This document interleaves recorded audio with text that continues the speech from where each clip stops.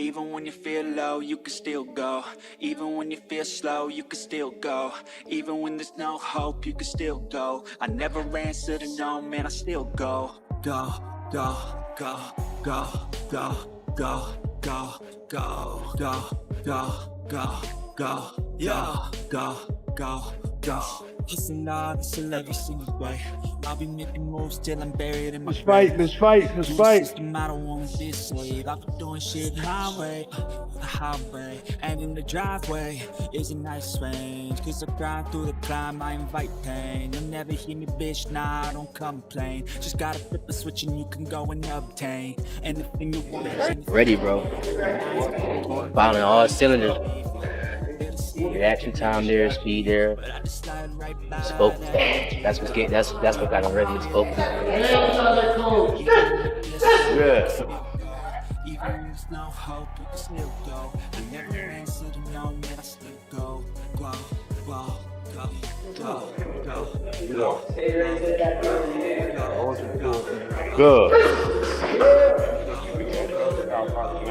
Good. Stay in your rhythm, champ. Stay in your rhythm. Your rhythm, your time, your fight. Let's go.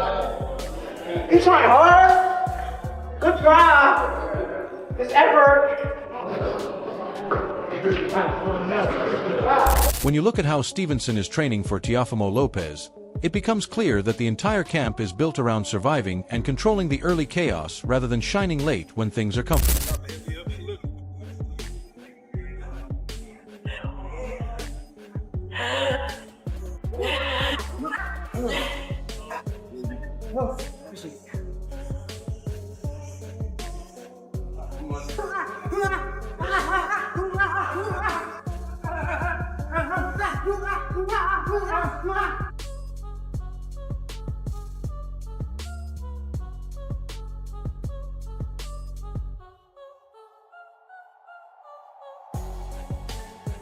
How many rounds you do today? 17, right?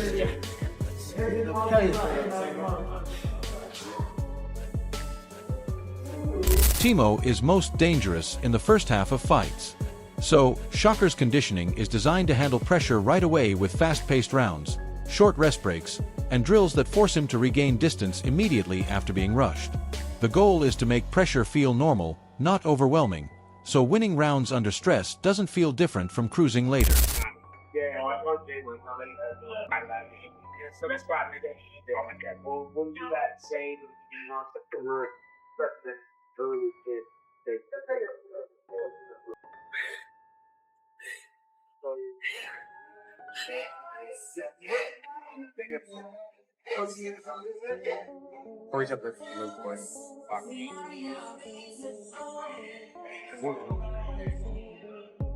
I got you on my time.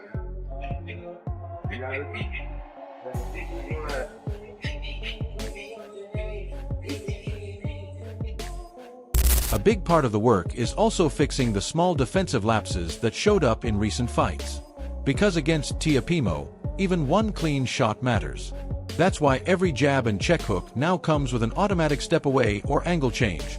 No standing still to admire punches, no giving Teo the confidence that he can land if he forces his way in. Get out of there, get out of there, get out of there. There we go, there we go. Left 15, all the way down. I feel great. Those sprints kind of be getting me right, get my conditioning right. Sometimes in a fight could turn into a sprint. Cause it's like,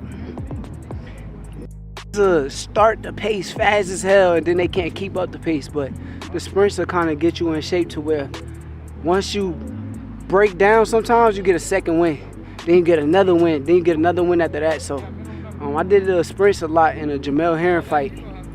That's why you seen me fight at a fast pace. And then once I slowed down, I picked it back up and I had all the energy in the world to do it. So we locked in. Shakur's movement isn't about running laps around the ring either.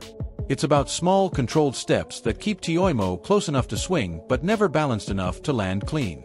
Mentally, the camp is about learning Teofimo's habits, studying how he jumps in, how he loads up on single shots, and how he pauses afterwards. So, by the middle rounds, those attacks feel predictable instead of dangerous.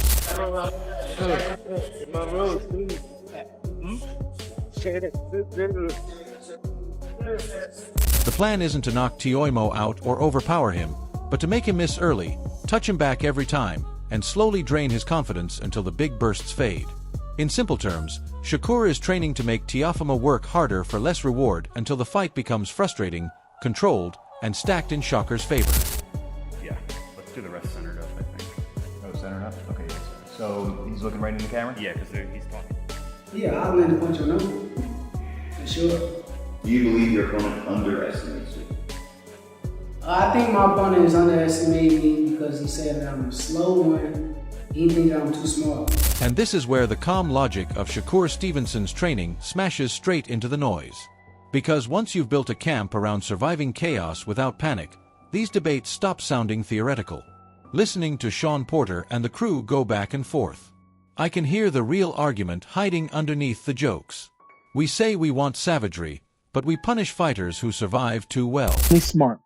I can guarantee you this is what Shakur is going to do. Shakur is going to come out middle of the ring, work that jab, work that pawn that he does, all that, the feints. He's going to try to touch him with the jab, but he's going to be waiting on his moments to snap with that right hand, waiting on his moments to counter, waiting on his moments. And when they're not there, he's just going to slide off, go for that little walk. Reporters talk about restarts, space, and resetting the fight isn't boredom. It's how you take oxygen away from Teofimo Lopez, a guy who needs rhythm breaks to feel dangerous. Slide off, restart. Shakur is the kind of fighter that does not mind restarting. That was our thing, was once we start, we want to do the best we can to get away from another restart, because the restart allows you to reset, allows you that space, and stuff like that. And when people say Shakur needs to show the dog, I laugh because dogs get hit, and Shakur's whole career is built on not letting you touch him. We complain about running, then admit Teo's had boring nights too, and suddenly nobody wants to finish the sentence. That's boxing.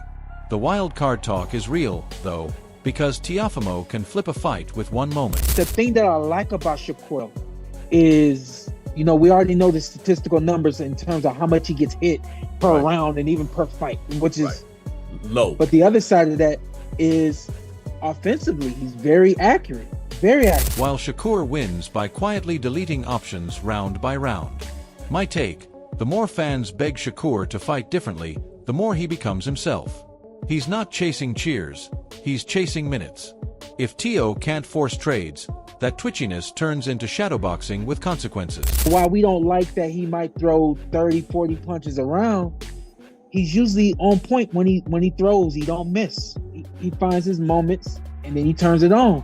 The difference is when he turns it on is he's delivered that power to a point where we actually sit back and round after round, like, all right, he's losing these rounds. We're not arguing skill versus excitement. We're arguing whether patience should be punished for being quiet. And that's why this fight is dangerous both ways, because chaos needs permission, and Shakur trains to never give it. If order holds, we'll call it boring while watching precision age perfectly. If chaos lands, we'll act shocked even though we begged for it. Listen, man, we're talking about a situation. We're talking about a situation where a fighter could be smart enough to just be right on point. What I mean by that is we could be in a situation where both these guys kind of coasting. Either way, somebody's truth breaks, and that's what keeps me locked in. Eyes open, bias checked. Waiting for the moment discipline gets tested under real fire. Not Twitter noise, not nostalgia, but live consequences in rounds. Moments to steal moments in every round and steal rounds. And actually win on the scorecards simply because he did just a little bit more. Simply because he was just a little bit more active. And right after Porter breaks down, restarts, and shows patience like a veteran who's lived inside those moments, boxer Bernie Fay slides in and flips the angle without even raising his voice, because his whole take is basically, y'all are missing what this fight is really about. Bernie said Shakur isn't just hard to hit. He lives in that cursed range where you're close enough to feel brave and far enough to look foolish. And I'm nodding because that's the Mayweather effect he's talking about, not flash. Just quiet frustration stacking up round by round. Well, Shakur has the ability to diffuse you, so I think he has the Mayweather effect where he can diffuse you. It's just on if he's going to take the more risk, to stamp his victory. You know what I mean? To you know, he gonna let his hands go in the times that he could using his speed. You know, so that's just what I think it is with that. I think he know how to nullify what you're doing. When Bernie points out that Teofimo hasn't looked dominant lately, I hear less hate and more warning because you can't show up bored against a guy who turns boredom into control. He said Teo gets touched, busted up, and loses sharpness, and that matters when you're facing Shakur Stevenson, a fighter who doesn't rush greatness. He invoices it.